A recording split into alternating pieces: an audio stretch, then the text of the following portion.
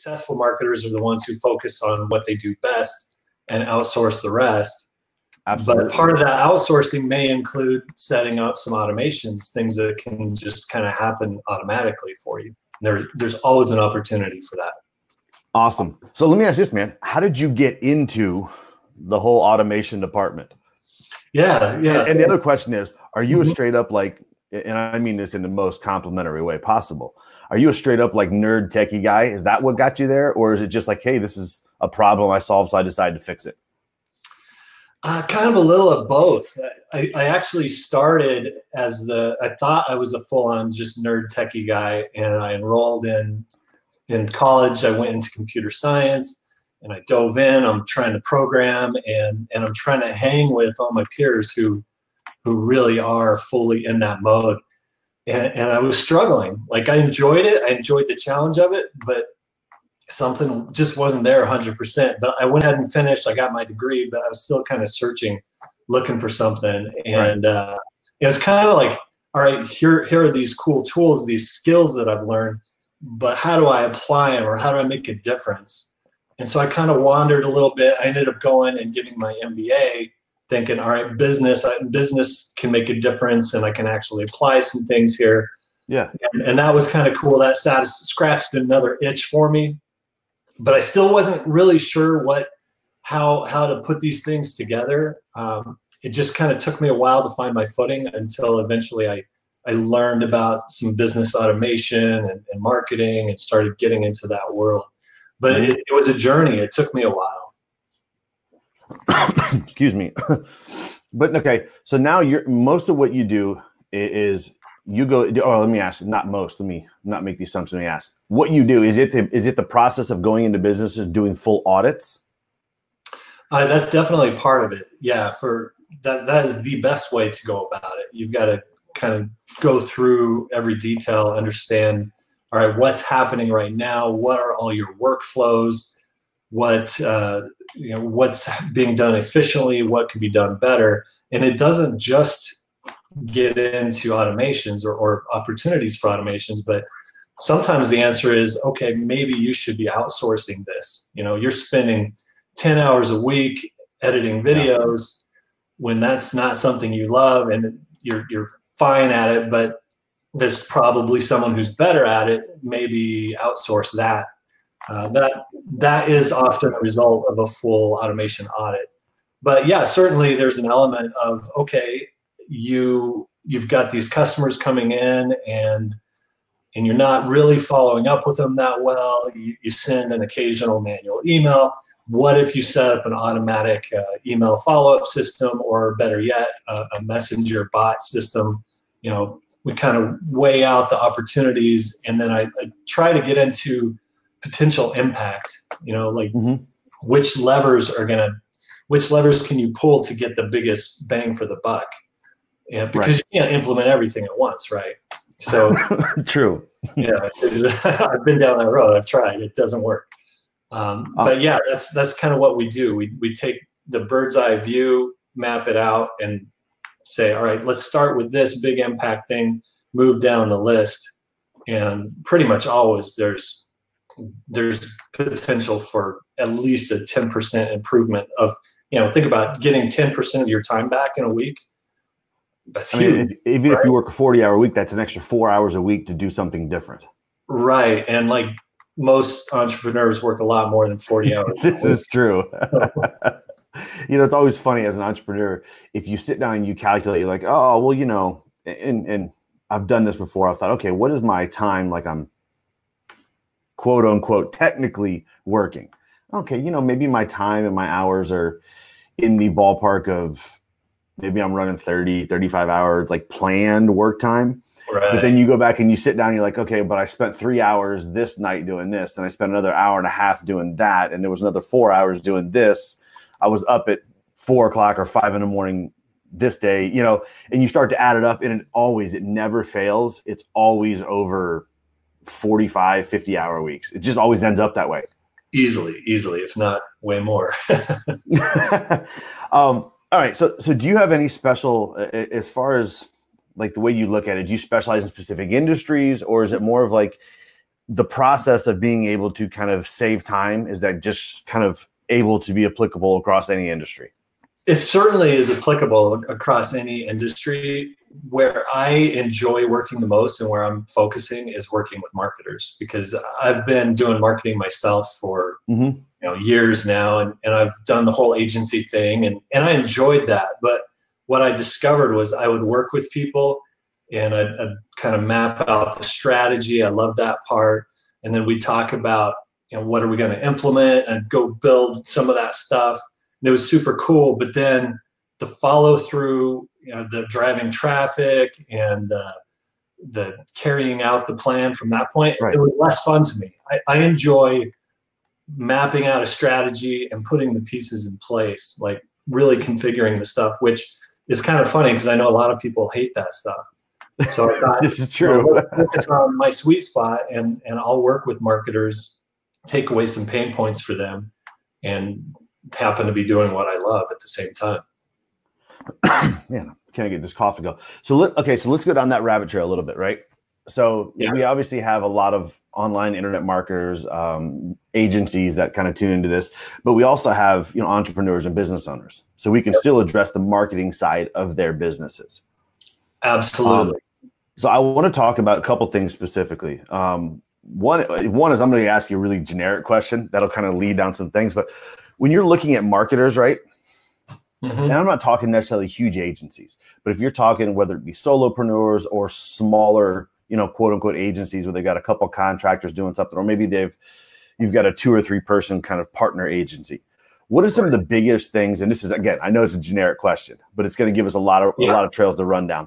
What are some of the biggest things that you see that they're just like, you walk in, you're like, all right, I know going in, I'm looking for boom to see if they're doing this, because that's a problem we solve really fast. Yeah, absolutely.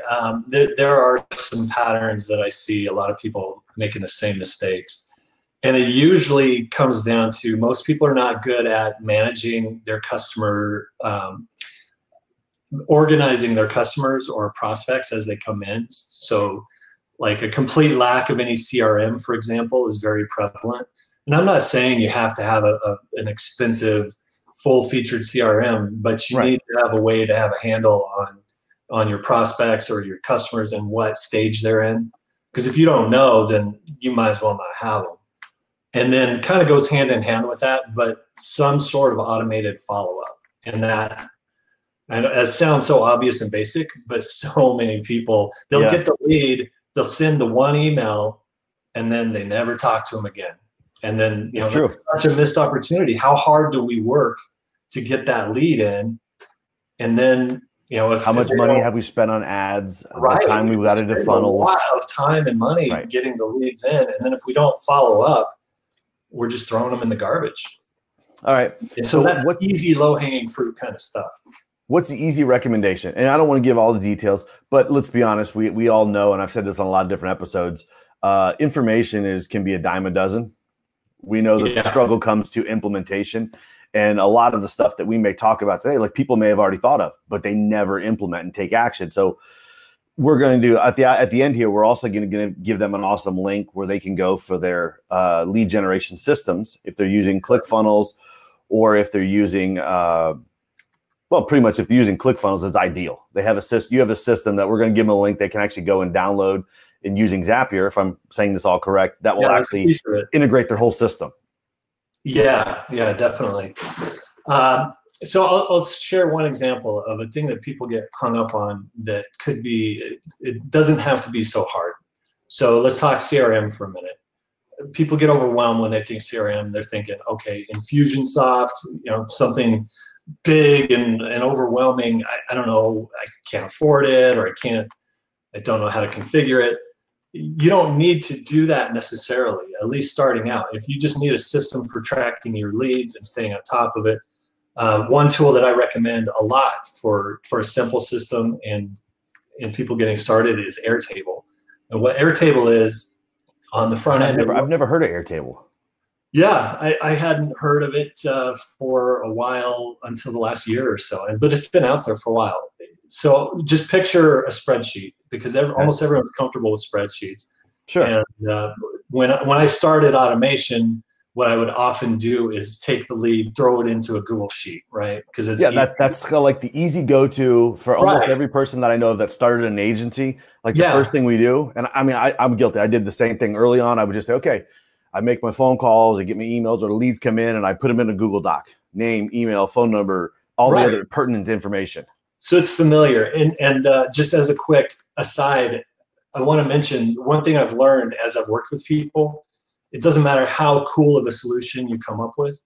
If the people who have to work with that solution aren't comfortable with it, it's not going to get used. So at the end of the day, you need to put something together that is familiar, that's comfortable, that's going to get used. So because everyone kind of understands the spreadsheet interface, that's why it's a good go-to. But it's limited and it doesn't have the power and the functionality. So that's why I love Airtable. It's got an interface that looks like a spreadsheet, but it's really a database, the way it's configured. So you can tie records together and get a lot more power of it. Is there a way to share a screen on here? Yeah, I can do that. Let me see here. What link? What you got a link? I can grab it and pull it up real quick. I'm not sure if you have the ability to or not on that end. Okay. To be honest. All right. Let's just try this. We're making this up as we go. Hey, I'm game with this. I love freelancing. What link we're looking at? I'm going to paste it to you in Messenger. All right. This is going straight to an Airtable, and I'll walk you through it. It's even better this way. So this will show how easy it is for someone who's never even used Airtable. Yeah, I like it. All right, here, give me a half second.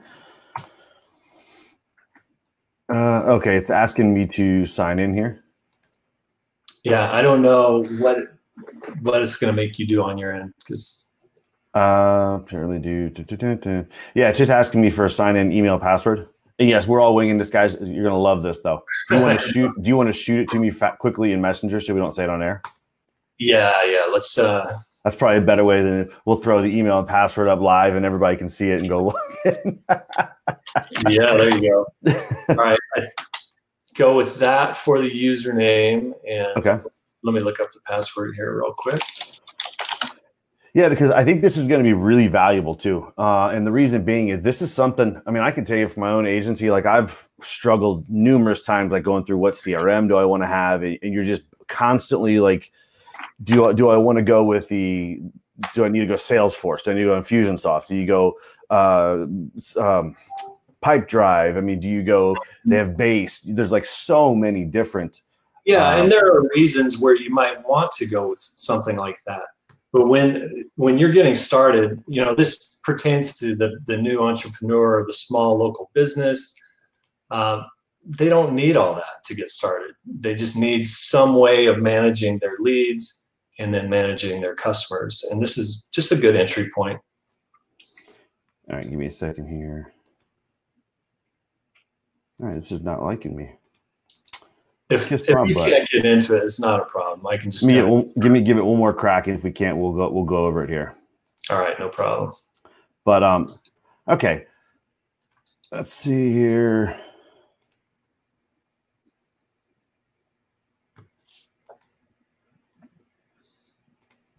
So while you're pulling that up and we're talking CRM, I'll talk about kind of what my turning point was that really turned me onto this stuff. When I was working out of college, I joined IBM. I was working for IBM for a number of years doing big corporate stuff, doing some of the kind of in a marketing role. I was the liaison with their big customers like American Express. So I was working that job. It was going great. And then out of the blue, like often happens with big corporate jobs, I got laid off. So I had to improvise. I had to figure out what I could do. And one of the benefits, the severance package included, they would pay for some kind of education. Well, it just happens, I live in Arizona, and I just attended some workshop of a local company that was just kind of getting going, and that was Infusionsoft.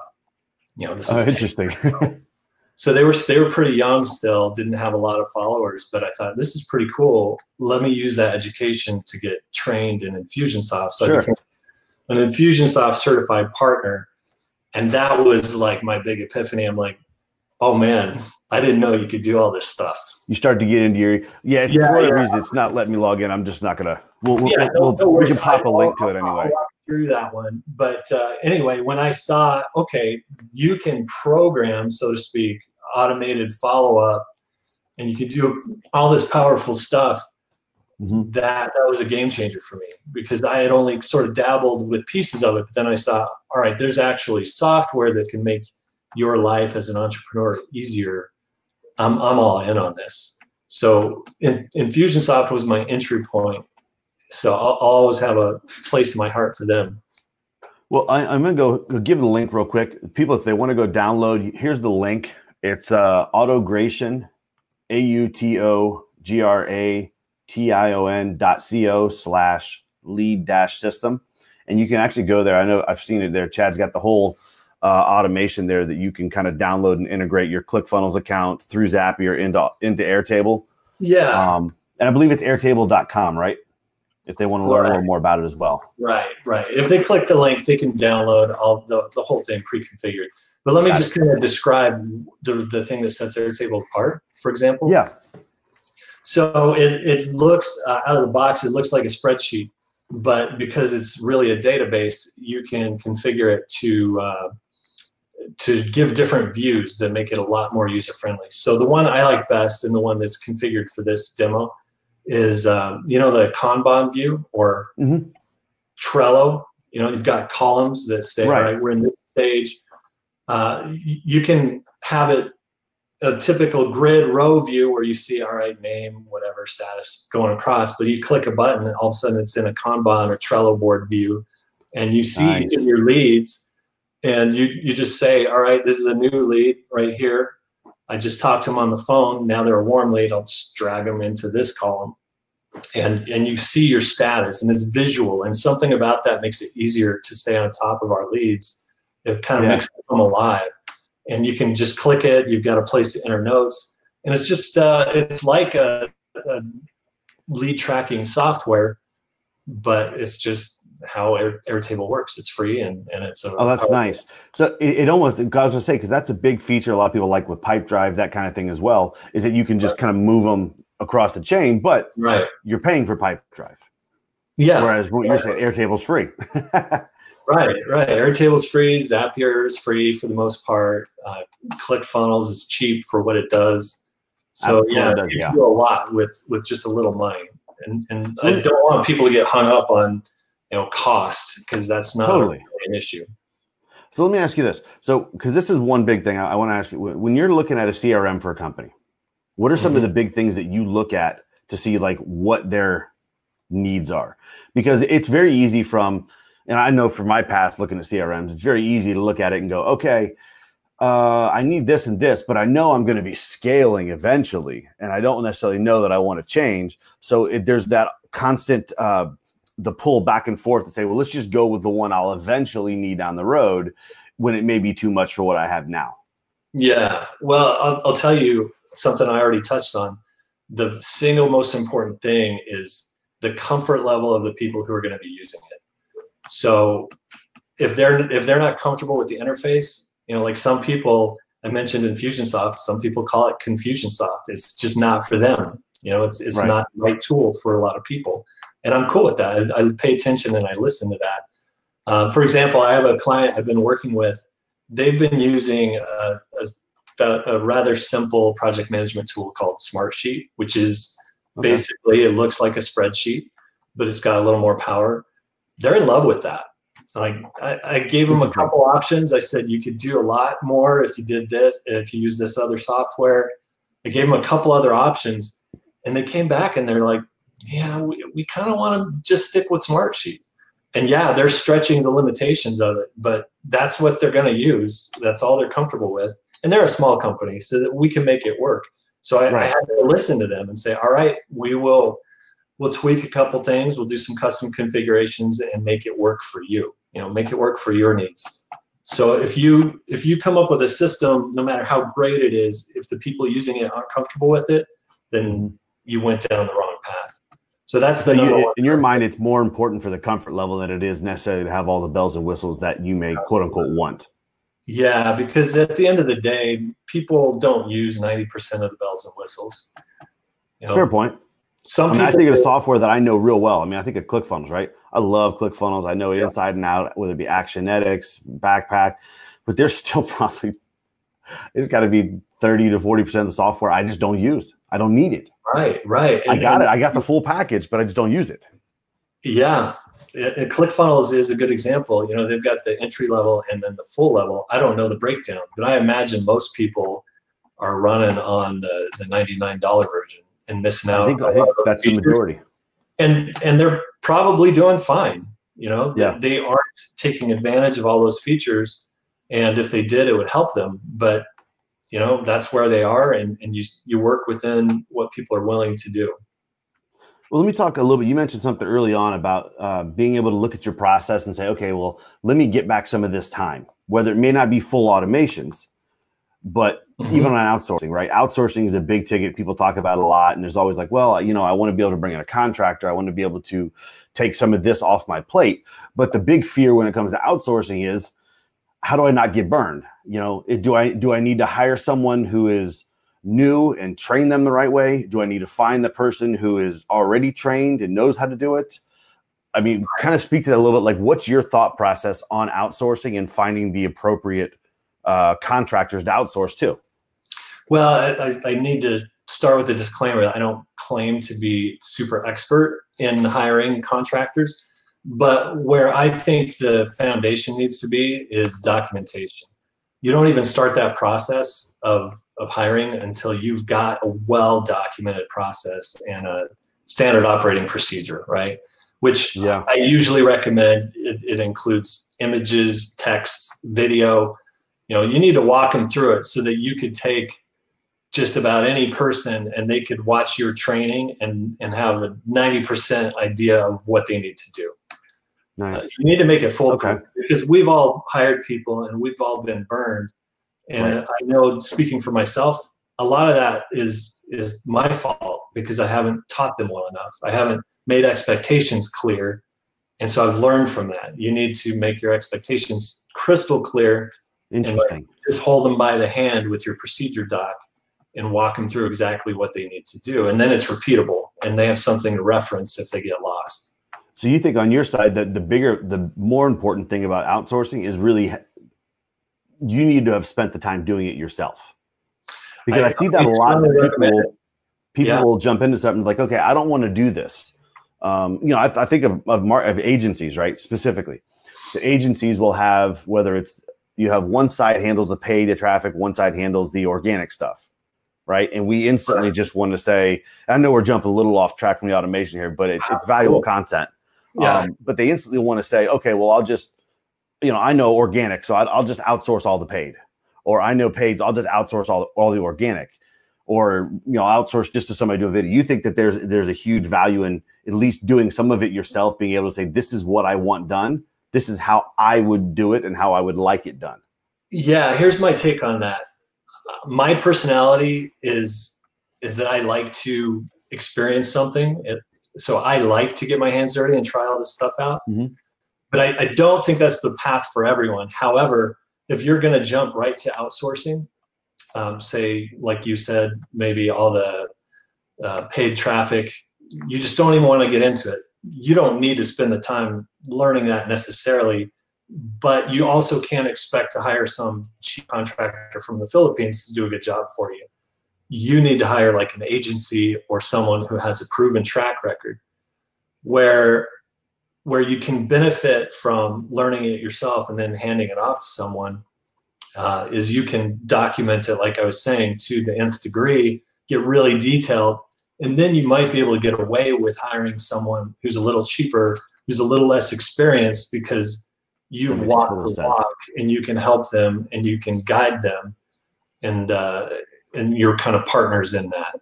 But if you don't want to go down that road, that's not a problem. You just have to hire someone who's already got the fully proven expertise. Right, because the more you document, the less experience they have to have. If you're able to document and put everything together in place, and then they can just follow step by step. It's more. It comes back to the concept we've talked about on here before with other people. It's time and money. Yep. Do you want to save time or do you want to save money?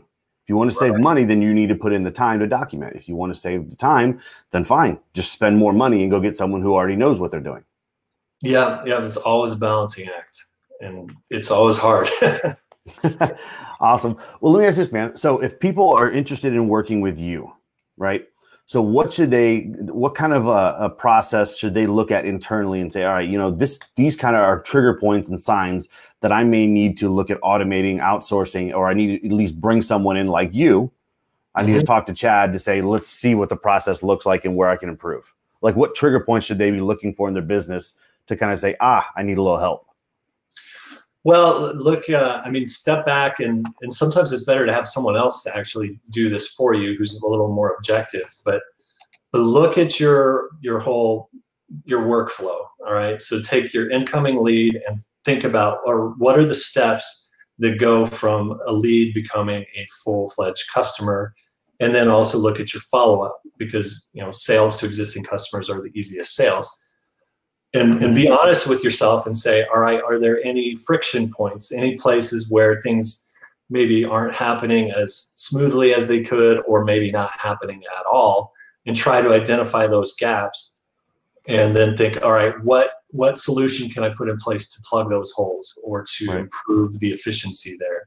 And then you kind of analyze, or this is the process I do when I'm looking at someone's business. I think, is there a tool, is there a software that can make that easier? And if not, is there an expert that I can employ to take care of that for me? Because every business has friction points and things. And if we're honest with ourselves, we can probably identify those. But if you don't have the time to do your own analysis, that's where I can come in and help with that sort of thing. Well, speaking of which, that was my next spot, because I don't want to take up too much of your time here.